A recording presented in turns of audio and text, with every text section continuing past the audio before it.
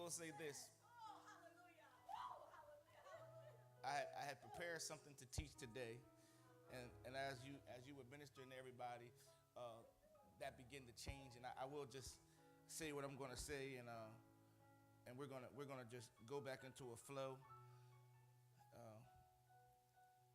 And you can keep playing because I'm only going to be 5 minutes. I got only a couple of things to say, and that is simply this. We're living in a time right now where so many people are looking for a way out. They're looking for money. They're looking for this. They're looking for that and the other.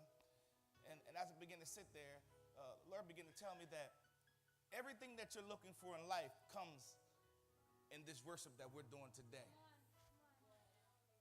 Everything that you're searching for, if you get in His presence, and I believe, and those that are partners here know that I always talk about we just need to get in God's presence.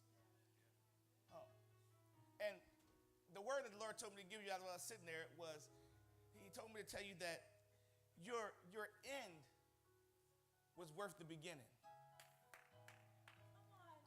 Just look at somebody real quick and say, your end, prophesy to them and say, was worth the beginning.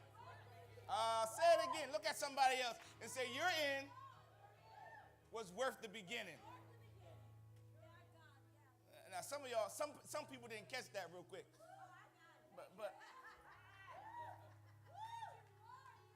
But let me tell you something. When you're starting off in a race, and you're trying to start off running, sometimes the beginning is kind of rough. It's real rough. You get yourself in the stalls. Come on now, and you got to get ready to launch. And when you're about to launch, you got to be the fastest one out the gate. So it takes all that you have just to get out the gate. Am I right? Come on. And it seems like in life sometimes it's taking all that we have just to get it. But God says, this is where I need you to just live in my presence. And I'm reminded of the story of Joseph. That's what the Lord gave me. He gave me the story of Joseph, a very familiar story. And I don't know what you're fighting against today. Some of you may be fighting against financial problems. Some of you may be fighting against family problems. Let me tell you something. I told my wife, I said, our church is called Impact Family Worship Center. The minute I named our church, the Lord gave that name to us, and we said it's Impact Family Worship Center, then the devil started fighting my family the hardest. I said, I want to change the name from Impact Family Worship Center to Impact Worship Center. Then I said, nah, let me just change it to Impact. Then somebody said, well, you just cover it all if you say Impact. But on today, I want you to understand something, that in the Bible, when you get home, you could read the story of Joseph, but I'm just going to read Genesis 50 and 24. It says, when Joseph said to his brothers, I am about to die, but God will surely come to your aid and take you up out of the land to the land He promised an oath to Abraham, Isaac, and Jacob. Today, God is promising us something. God has promised all of us something in here. How many ever had a prophecy in here? Some of y'all got one today. Write your prophecies down.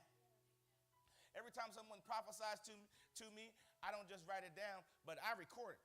So see that video that rolling back there, that video rolls. So I go back and I look at it because every word that God said to me is going to be fulfilled.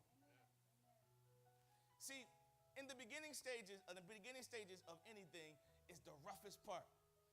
One of the most major decisions I had to make in my life was I had to figure out if and when I had to leave from my father's house or the church that I was comfortable with into what God had called me to. It took me 3 years to make that move. Y'all hear this story all the time, those that are around here. It took me 3 years to be obedient to what God said. Those 3 years made me 3 years behind time of where I'm supposed to be right now. Everything that you prophesied to me today was stuff that only me and my wife talk about. I think I probably mentioned to a few other people. I think I probably mentioned to Sue a few times about us seeing churches. Arnold, I know I mentioned to Arnold one time about us seeing churches all over the place.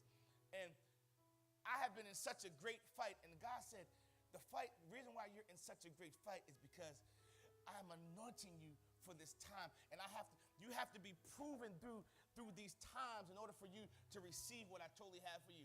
The reason why you're in a great fight today is because the greatest fight that you're in is where